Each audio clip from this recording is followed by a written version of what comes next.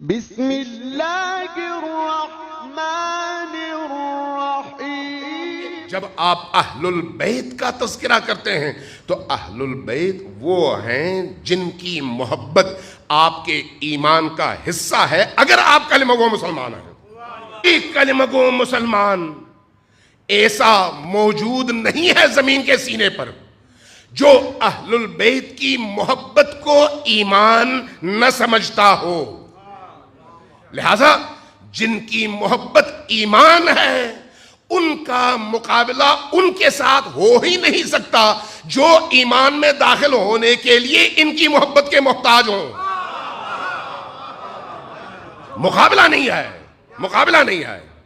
اور تیسری بات، میں امام احمد ابن حنبل ہی سے ایک اور روایت نقل کر کے پہلی روایت کی طرف آتا ہوں۔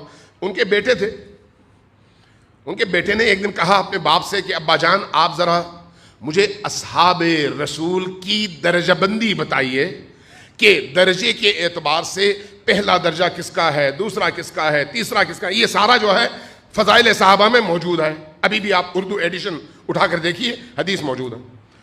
جب پوچھا تو حدیث کہتی ہے کہ ان کے والد نے فرمایا کہ پہلے درجے پر صحابی کے طور پر ابوبکر صدیق ہیں، دوسرے پر عمر فاروق ہیں، تیسرے پر عثمان غنی ہے، چوتھے پر فلان فلان فلان عشرہ مبشرہ۔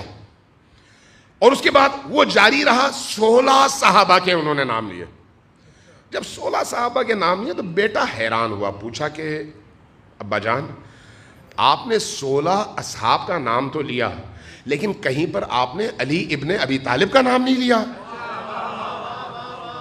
جب کہا کہ آپ نے علی ابن ابی طالب کا نام نہیں لیا، یہ کوئی شیعہ عالم نہیں ہے، شیعہ محدث نہیں ہے، شیعہ مورخ نہیں ہے، یہ اہل سنت کا ایک امام ہے، فقہی امام بھی اور حدیث کا امام بھی۔ انہوں نے پلٹ کر پوچھا بیٹا تم نے مجھ سے سوال کیا کیا تھا؟ کہا میں نے آپ سے پوچھا تھا صحابہ کی درجہ بندی فرمائیں، تو کہا تم نے صحابہ کا پوچھا تھا، اہل البیت کا نہیں۔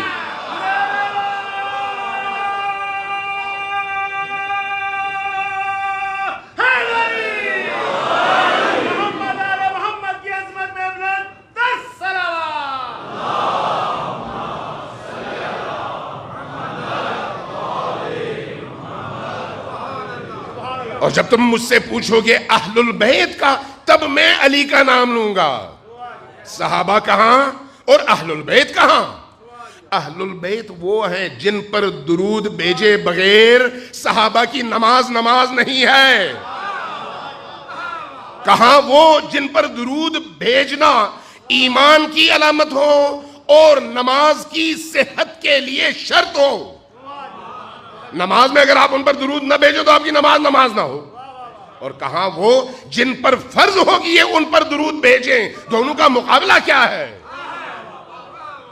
آئیے اس حدیث کی طرف۔ تو امام احمد ابن حنبل اپنی اسی فضائل صحابہ میں حسین ابن علی کا جب باب اور چیپٹر آغاز کرتے ہیں تو وہاں پر فرماتے ہیں کہ دیکھو حسین ابن علی وہ شخصیت ہیں جن کی مجلس میں بیٹھنا، جن کی محفل میں بیٹھنا، جن کے ذکر کی محفل میں بیٹھ کر اگر کوئی شخص کچھ ٹائم گزارتا ہے تو اللہ تبارک و تعالی اس کے اس وقت کو عبادت شمار کرتا ہے، اور اگر اس نے اس وقت میں سانسیں لی ہیں تو اس کی ہر سانس اللہ کی تسبیح شمار ہوتی ہے۔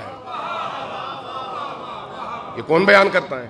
اہل سنت عالم، اہل سنت فقیہ، اہل سنت محدث، اور کتاب فضائل صحابہ۔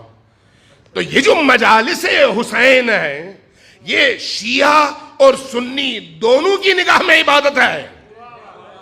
اب اگر کوئی اس کو عبادت نہیں سمجھتا تو وہ شیعہ تو ہو نہیں سکتا لیکن سنی بھی نہیں ہو سکتا، وہ کچھ اور ہے۔ اگر وہ اہل سنت ہے تو اس کے لیے لازم ہے کہ وہ اس کو عبادت سمجھے۔